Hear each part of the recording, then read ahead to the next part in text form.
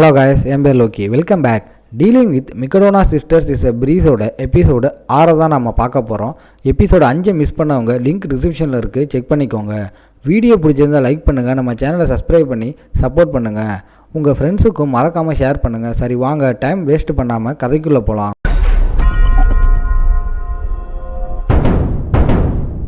எபிசோடோட ஸ்டார்டிங்கில் நம்ம ஹீரோவும் பிங்க் கலரில் பூயெல்லாம் போட்ட மாதிரி ஒரு ட்ரெஸ்ஸை கொண்டு வந்து தரான். அதை பார்த்த உடனே அவளுக்கு பாசிட்டிவ் விஷயம் ஞாபகம் வருது. நம்ம நீக்குக்கு இந்த மாதிரி விஷயம்லாம் ரொம்ப பிடிக்கும். ஆனால் மற்றவங்களாம் என்ன சொன்னாங்கன்னா, நீ பேண்ட் இந்த மாதிரி விஷயந்தான் போடணும், இது மூலமாக உன்னால் ஃப்ரீயாக மூவ் பண்ண முடியும், அதனாலேயே இந்த மாதிரி விஷயத்தையெல்லாம் அவள் போடுறதே இல்லை. அங்கே ஹீரோ வந்து சொல்கிறான், இந்த மாதிரி இது கண்டிப்பாக உங்களுக்கு நல்லாயிருக்கும். ஆமாம், நீக்கோவுக்கு பிங்கா ரொம்ப சூப்பராக இருக்க போகுது. அப்படி இல்லை, நான் என்ன யோசிக்கிறேன்னா இது அவளுக்கு க்யூட்டாக இருக்கும் அப்படின்னு தோணுது. இதை கேட்ட உடனே அவளும் அங்கே ட்ரை பண்ணலான்னு டிசைட் பண்ணுறா. ரொம்ப நேரத்துக்கு அவங்க வெயிட் பண்ணுறாங்க. ஆமாம் நீக்கோ, எவ்வளோ நேரத்துக்கு தான் நீ பண்ண போகிற? முடிய நான் சரி பண்ணிக்கிறேன், வெயிட் பண்ணுங்க. இந்த இடத்துல நீக்கோவை பார்த்த உடனே அப்படியே ஷாக் ஆகிடுறாங்க. ஏன்னா நீக்கோ அவ்வளோ அழகாக இருக்கா. எல்லா பசங்களும் அவளை பார்த்தா விழுந்துருவாங்க போல். அந்த இடத்துல ஃபெஸ்டிவல் ஆரம்பிச்சிருச்சு. அந்த ஃபெஸ்டிவலும் சும்மா வேறு லெவலில் இருக்குது. அந்த ஃபுட்டெல்லாம் பார்த்து நம்ம நீக்கோ மீவா எல்லாருமே வியந்து போகிறாங்க. அந்த இடத்துல கசுகி கிட்ட நிறையவே பொண்ணுங்க ஃபோட்டோலாம் எடுக்கணும், நீங்கள் ரொம்ப அழகாக இருக்கீங்க அப்படின்னு நிறைய பேர் அங்கே வராங்க. இதெல்லாம் பார்க்கும்போது நம்ம ஹீரோவுக்கு அங்கே என்ன பண்ணணும்னே தெரியலை.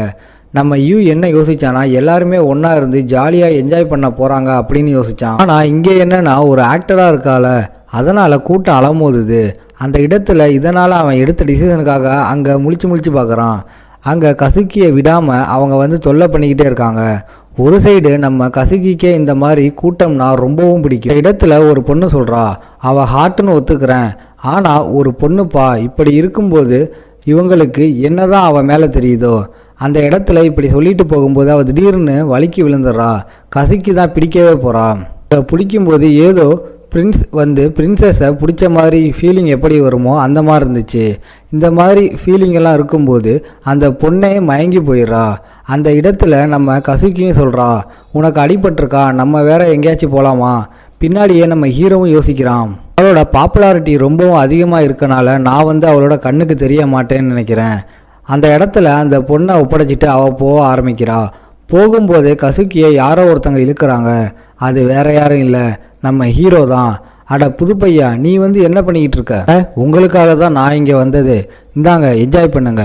நீ என்ன யோசிக்கிற, இந்த ஃபுட்டை வச்சு என்னை மயக்கலாம் அப்படின்னு யோசிக்கிறியா? ஆனால் வாய்ப்பே இல்லை.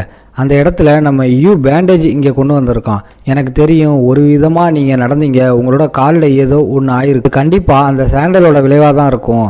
அந்த இடத்துல காலை இழுத்து அவன் பார்க்குறான், பயங்கரமாக ஒரு மாதிரி செவந்து போயிருக்கு. இந்த மாதிரி நிலையில் நீங்கள் அந்த பொண்ணை வேற தூக்கிட்டு போனீங்களா? வேணும்ட்டு அவன் ஆக்ட் பண்ணிலாம் காட்டுறான். என்ன நம்புறேன்னா, என்னோட காலுக்கு அடிபட்டிருக்கு, யாருக்கிட்டையாச்சும் பேண்டேஜ் இருக்கா? அங்கே இப்படியெல்லாம் நம்ம ஆள் ஆக்ட் பண்ணி காட்டுறான். ஆமாம், நீங்கள் எதுக்கு ஹெல்ப்பே கேட்கல? எல்லாரோட கண்ணுக்கும் ஒரு பிரின்ஸ் மாதிரி நான் தெரிகிறேன், அதனால் என்னோட ஹெல்ப் வந்து மற்றவங்களுக்கு தான் தேவை, எனக்கு மற்றவங்களோட ஹெல்ப்பே வேணாம். ஆனால் நம்ம ஹீரோ வந்து புரிய வைக்கிறான், என்னதான் ஒரு பிரின்ஸாக இருந்தாலும் அவங்களுக்கு உதவி தேவைப்படும், அவங்களுக்கும் ரைட்ஸ் இருக்குது ஒரு பிரின்சஸாக இருக்கிறதுக்கு. அதாவது நம்ம கசுக்கியை தான் இவன் இப்படி மீன் பண்ணி சொல்கிறான். அங்கே இதை கேட்ட உடனே ஒத்துக்க அங்கே அப்படியே பேண்டேஜையும் போட்டு விட்டுறான்.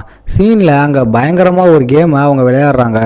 அந்த இடத்துல நம்ம நீக்கோவும் அடிக்கடி ட்ரை பண்ணுறான், ஆனால் தோற்று போகிறது தான் மிச்சமே.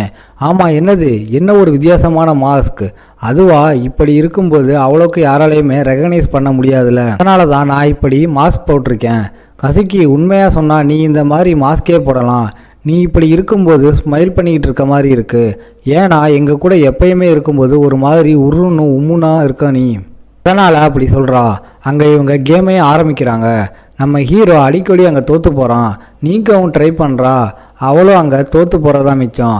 ஆமாம், எதுக்கு நமக்கு மட்டும் இங்கே மாட்டவே மாட்டேங்குது? பின்ன அதுக்கெல்லாம் ஒரு திறமை வேணும், முக்கியமாக நீங்கள் எல்லாம் லூசராக இருக்கீங்க. இப்படி இவங்க சண்டை போட அங்கே நம்ம ஹீரோ யோசிக்கிறான், இந்த இடத்துல இவங்க திரும்ப போட்டி போடுறாங்களா? அதனால் அங்கே 3 பேரை அப்படியே விட்டுட்டு போகிறான், இங்கேயாச்சும் ஃபன்னை அனுபவிப்பாங்களான்னு சொல்லி. இதுக்கப்புறம் நம்ம ஆள் ஒரு இடத்துக்கு வரோம். அங்கே தான் ஒரு காம்படிஷன் நடக்குது. ஒரு கோல்டன் கார்டியனோட ஸ்டாச்சு இருக்குது. அதை வச்சு ஒரு ஃபோட்டோ எடுத்துக்கலாமா? என்ன பண்ணணும்னா அங்கே ஒரு ஷேன் தெரியும், அங்கே தட்டு மாதிரி இருக்கிற இந்த ஷேப் மேலே ஏறி ஏறி யார் அந்த பக்கம் போகிறாங்களோ அவங்களால இதோட ஃபோட்டோ வச்சுக்க முடியும். வால் பேப்பராக வச்சுக்கிட்டா கண்டிப்பாக உங்களோட லக் அது இன்னமும் அதிகரிக்கும். நீங்கள் எவ்வளோ வேணாலும் ட்ரை பண்ணலாம். அந்த இடத்துல அந்த கேமும் ஆரம்பிக்குது. இந்த சைடு நம்ம ஹீரோவும் யோசிக்கிறான், முன்னாடியே அவங்க 3 பேரும் ஜெயிச்சிருப்பாங்க, அந்த சீனை எப்படியாச்சும் ரீக்ரியேட் பண்ணணும் அப்படின்னு சொல்லி அவன் பார்க்குறான். இந்த இடத்துல எத்தனையோ பேர் ட்ரை பண்ணுறாங்க, ஆனால் யாராலையுமே முடிக்க முடியல. ஆமாம், கடந்த 10 வருஷத்தில் யாருமே இங்கே ஜெயிக்கவும் இல்லை. ஆனால் அந்த 3 பொண்ணுங்க அற்புதமாக ஸ்டார்ட் பண்ணாங்க. எப்படி அவங்க ஸ்டார்ட் பண்ணாங்களோ அதே மாதிரி திறமையோட ஜெயிக்கவும் செஞ்சாங்க. அந்த இடத்துல நம்ம யூவோட டர்ன் ஆகுது. யூவும் குதிக்கிறான், ஆனால் கடைசியில் விழுந்து வர்றது தான் மிச்சம். எத்தனையோ வாட்டி அவன் ட்ரை பண்ணுறான். அங்கே நிறைய வாட்டி கீழே விழுந்ததில் அவனோட சட்டெல்லாம் ஒரு மாதிரி ரொம்ப அழுக்காயிருது.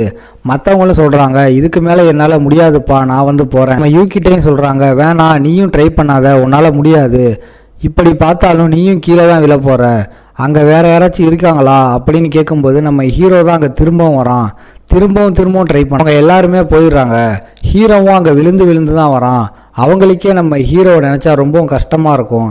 அதனால் யூகிட்ட அவங்க சொல்கிறாங்க, தம்பி நீ வந்து ட்ரை பண்ண வேணாம், ரொம்பவும் மழை வேற வருது, ஃபோட்டோ எடுத்துகிட்டு போறியாப்பா. ஆனால் அதுக்கு வந்து அவன் ஒத்துக்கலை. ஏன்னா போன வாட்டி அவங்க 3 பேரும் அப்சர்வேஷனோடையும் அவங்களோட ஸ்கில்லை வச்சு திறமையோட அங்கே போனாங்க. அதே மாதிரி நம்மளும் எப்படியாச்சும் பண்ணி அதே மாதிரி ரீக்ரியேட் பண்ணணும். அதுக்காக அதே மாதிரி அவன் பண்ண ஆரம்பிக்க ஃபைனலாக அந்த இடத்தையும் அடைகிறான். ஃபைனலாக அந்த இடத்த அடைஞ்சிட்ட போல், ஃபோட்டோ எடுக்கிறியா? இல்லை ஒரே ஒரு நிமிஷம் வெயிட் பண்ணுங்க, நான் வந்து 3 பேரை கூட்டிகிட்டு வரணும், இதுக்காக அங்கே போகிறான்.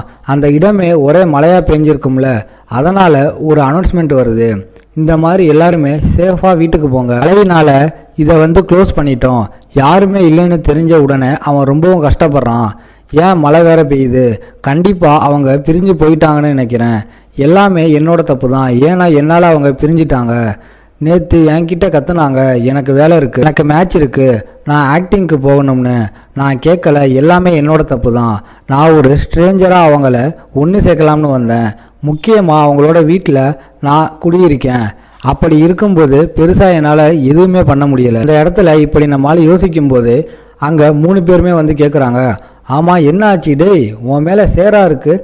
ஆமாம் நீங்கள் வந்து இங்கே என்ன பண்ணிக்கிட்டு இருக்கீங்க, என்னை விட்டு நீங்கள் போகலையா? அதுக்கு நீ எப்படி இப்படி சொல்லக்கூடாது, நாங்கள் ஒன்றும் அந்த அளவுக்கு இதேமே இல்லாதவங்கள. அங்கே அம்பர்லா வாங்கலாம்னு போனோம், அங்கே வந்து 3 தான் இருந்துச்சு, எல்லாத்தையும் அவங்க விற்றுட்டாங்க. அதனால் என் கூட அம்பர்லாவை ஷேர் பண்ணுறியா அப்படின்னு ஒரே டைமில் 3 பேருமே சொல்லுவாங்களா? ஹீரோவுக்கு புரியலை. என்ன சொன்னீங்க? 3 பேருமே சொன்னனால எனக்கு புரியலை. அதனால் திரும்பவும் அங்கே சண்டை ஆகுது. ஆமாம் நான் சொல்லும்போது ஏண்டி நீ சொன்ன? ஹீரோவும் சிரிக்கிறான். நெக்ஸ்ட் சீனில் அவங்க குளிக்கும் போதே ரொம்பவும் வியர்டாக இருக்குது அவங்களுக்கு. ஏன்னா ஃபஸ்ட்டு டைம் 3 பேருமே ஒன்றா அங்கே குளிக்கிறாங்க.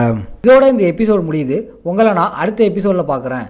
இந்த வீடியோ பிடிச்சிருந்தா மறக்காமல் லைக், ஷேர் அண்ட் சப்ஸ்கிரைப் பண்ணிடுங்க.